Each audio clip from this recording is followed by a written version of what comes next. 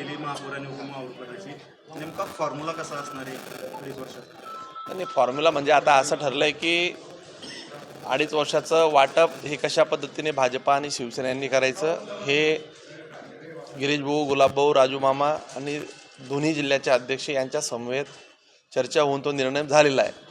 पहिल्या याच्यात आता ह्या दोन्ही लोकांना संधी देऊन मनोज चौधरी शिवसेनेकडून उपनगराध्यक्ष, उपमहापौर आणि महापौर म्हणून दीपमालाताई यांना संधी देण्याचं ठरलेलं आहे.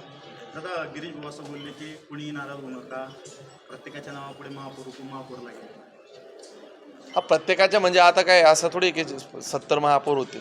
आता 5-7 लोक महिला इच्छुक आहेत, त्यातलं आता योग्य पद्धतीने काही जे नाराज आहेत त्यांना पुढच्या टप्प्यात, काहींना आता अशा पद्धतीने या आशयाचं ते गिरीश भाऊंचं वक्तव्य आहे. त्याच्यामुळे नेतृत्व म्हणून सगळ्यांना सोबत घेऊन चालण्याची नेतृत्वाची कसबच असते. गिरीश भाऊंनी जे काही पक्षात अनेक वर्षापासून काम करताय, संघटनेत काम करताय, गिरीश भाऊंनी राजू मामांनी दोघांना त्यांना समजूनही सांगितलं आहे आणि काही पक्षांतर्गत सगळे एकमत झालेलं आहे. त्याच्यामुळे त्यात काही अडचण नाही. 10 महिन्याचा फॉर्म्युला समोर येतोय.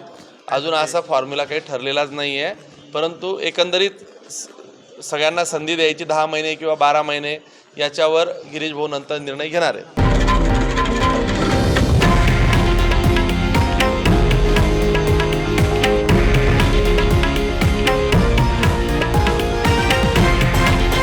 हे आहे देशातील नंबर 1 न्यूज नेटवर्क आणि आपण पाहत आहात TV9 मराठी, एकमेव.